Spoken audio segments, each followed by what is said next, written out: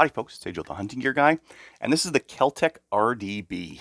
It's a bullpup semi-automatic 223 or 5.56 rifle, and they're available in Canada with 20-inch barrels. KelTec makes those for us, so we can go non-restricted on these things, which is very nice. Like that. Before we get too far, let's just clear this thing. So the owner of this rifle is left-handed, so I'm just going to pop that up there. The magazine well, which is that one, is empty, and my chamber's empty as well. So let's take a closer look at this thing. Now, just starting from the one side, it doesn't really matter which side you go. This thing's like fully ambidextrous. If you're left or right, or if you like switching between the two, this is a rifle for you. The butt pad here, it's kind of cantilevered out from the back here. If you try mortaring this thing like you would an AR and you hit it over here, you're going to crack the buttstock. So don't do that. It doesn't support mortaring, or maybe like very carefully up here only. Lots of sling attach options on this thing. We have this big hook up here. We have these little eyelets over there as well, which you could use an HK hook or something, or paracord style sling through there. And then we get on to some odder stuff. So this guy right here, it's on both sides. That's our bolt release, which looks kind of fiddly. Looks like you'd press it down from both sides, which you can, or you can just hit it. Just hit it really hard and it'll drop the bolt, and that works too. And then we have this weird guy here, and that is our bolt release. Now I'm right-handed, so I'll show you what this looks like from my perspective.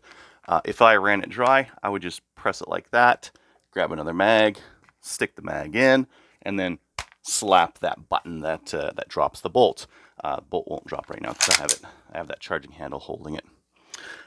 Moving a little bit further forward, we got a full rail along the top here. Lots of different options for whether you just want to run a red dot or you want to run a red dot with a quick disconnect magnifier or something like that on there. That's possible as well. The safety is ambidextrous, and it's just a very short throw on it. So typically like an AR has like a 90-degree throw. This is a nice short one, nice and clicky too as well. So it's very easy to tell when you've got that thing on, and you can use it with, I'm just kind of hit it with the knuckle of my hand there. So very easy to get to. If you've got short thumbs, you're going to have no problem running that safety. Now the trigger press itself is one thing that's also pretty good on this rifle. So it's empty. I showed you it's empty. A little bit of take up. So there's our take up. And then a pretty crisp-ish. I mean, this is a bullpup. Bullpups usually have like pretty bad triggers. You try to shoot like the Tavor.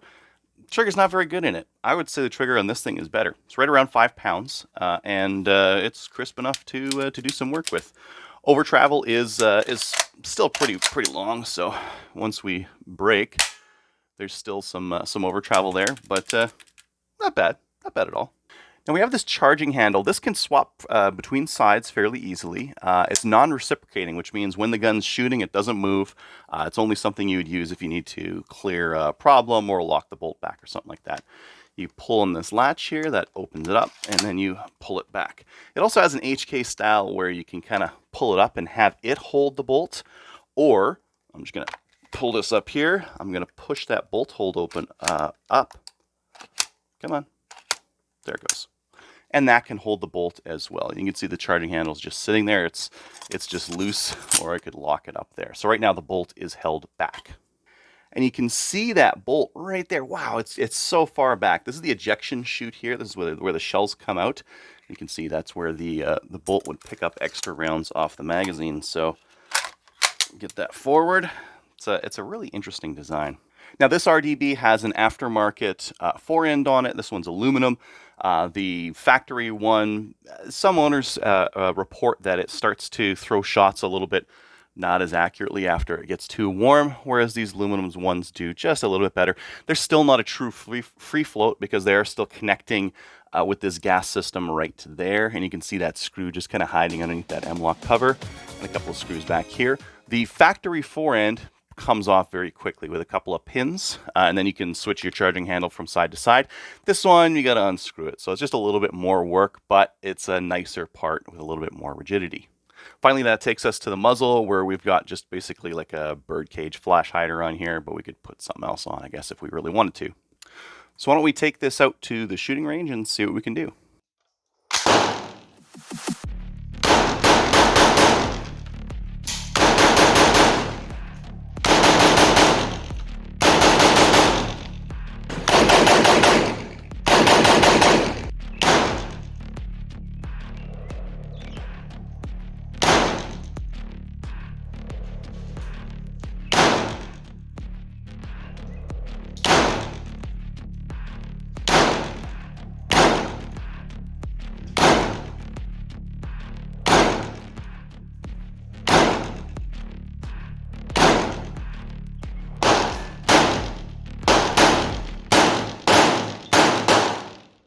Ooh, that was a lot of fun. Reliability was 100%. I ran all sorts of weird stuff through this steel case, brass, whatever, and it just ate it all. Empties just kind of drop right down here. If you got like a front pocket on this thing, it'll drop the brass in there very nicely. I did try it with this Mepro 3 times magnifier on top of the Aimpoint Pro up here, and it's good, but you have to get way close to this thing in order to see through and get like the full field of view. So I wouldn't use this with like a high recoiling rifle. With this one it was fine. I don't know if I would use this or just use the plain red dot. I've been shooting limited 3-gun for a while now, and I do just like running a plain red dot for a lot of stuff right now. Because it allows for both my eyes open. There's no eye relief to worry about. In 3-gun, we do all sorts of weird positions and positional shooting, so you might not be able to get that perfect cheek weld the same every time. And with a red dot, it doesn't matter. So I do like that about just the red dot. The Aimpoint Pro is... I'm reviewing the red dot now. I like it. I've got another review of it. You can see here that we've got it on that quick disconnect mount, which is heavy, but very strong. So should you buy a KelTec RDB? Well, I guess it depends on what you're trying to do. In Canada here, these things are around $1,500, which is actually pretty price competitive with what you can get. We don't have ARs anymore, or the ones we have are prohibited. So that's not an option anymore.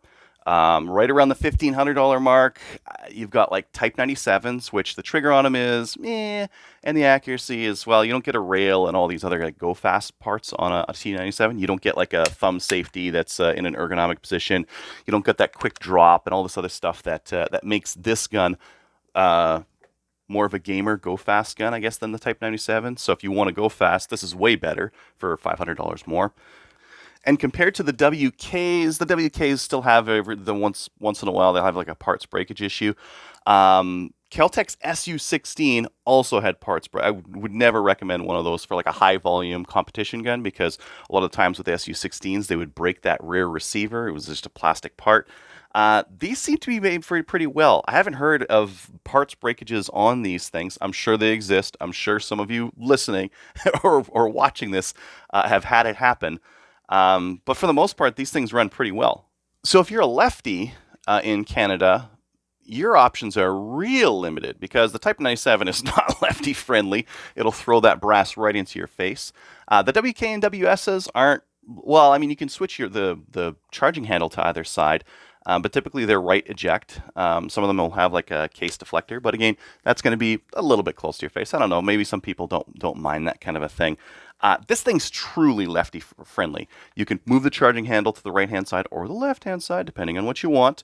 The bolt release is available on both sides. The magazine release is also available. It's a pretty quick gun to use and pretty good for left-handers. Now, just to show the magazine release and some of the nonsense we got to deal with in Canada, here's a empty magazine. This is one of those cross mags. I also have a video on that.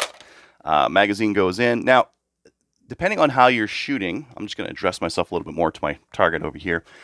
This might be a way to go. You can bump and grab at the same time, flip it around, and then address the other 10 rounds. This is a coupled 10-10, right? There's 10 on one, 10 on the other. It's a LAR mag. Again, go check out the video if you're interested. But it can be a pretty quick change of the magazine right there. And you see that the magazines do release free. So you can do this one-handed and just drop your magazine, grab another one, and put it in. So should you get one of these things?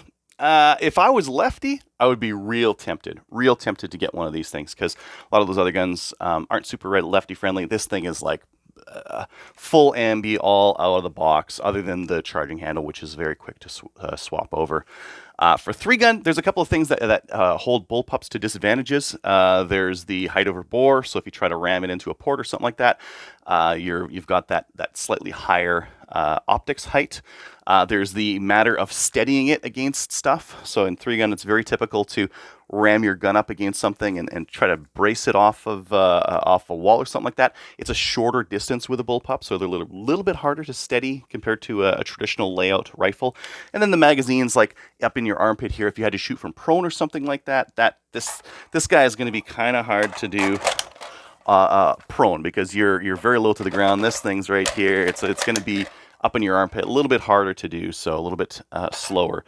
But the gun itself is pretty good. Like the reliability, the accuracy I found at the range, I was getting 2 to 3 MOA with decent like burner ammo. So okay accuracy for the gun, pretty good value for the price, and I don't know what kind of drugs KelTec does, but the ones they did this one on were pretty good. Thanks for watching.